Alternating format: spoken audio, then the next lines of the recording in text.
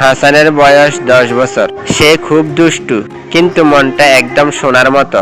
রমজান মাস শুরু হতেই সে দেখলো সবাই রোজা রাখছে, ইফতার করছে, বেশি বেশি নামাজ পড়ছে।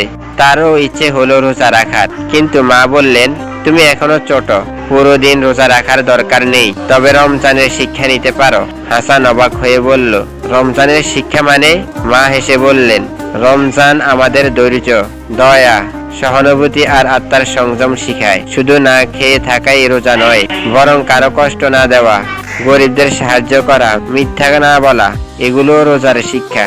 সেই দিন সকালে হাসান দেখলো তার এক বন্ধু রফিক স্কুলে আসেনি।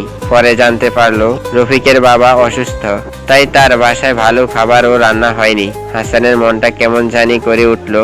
সে বাসায় ফিরে মায়ের কাছে গিয়ে বলল, মা, আজকের ইফতার আমি রফিকদের বাসায় নিয়ে যাব, ওদের জন্য ভালো কিছু রান্না করো। মা খুশি হয়ে হাসানকে জড়িয়ে ধরলেন। সন্ধ্যায় হাসান নিজের হাতে ইফতারি নিয়ে রফিকদের বাড়িতে গেল। রফিকের মা কেঁদে ফেললেন কৃতজ্ঞতায়, আর রফিক আনন্দে হাসলেও। হাসান বুঝতে পারলো এটাই রমজানের আসল শিক্ষা, অন্যের কষ্ট ভাগ করে নেওয়া, ভালোবাসা বিলিয়ে দেওয়া।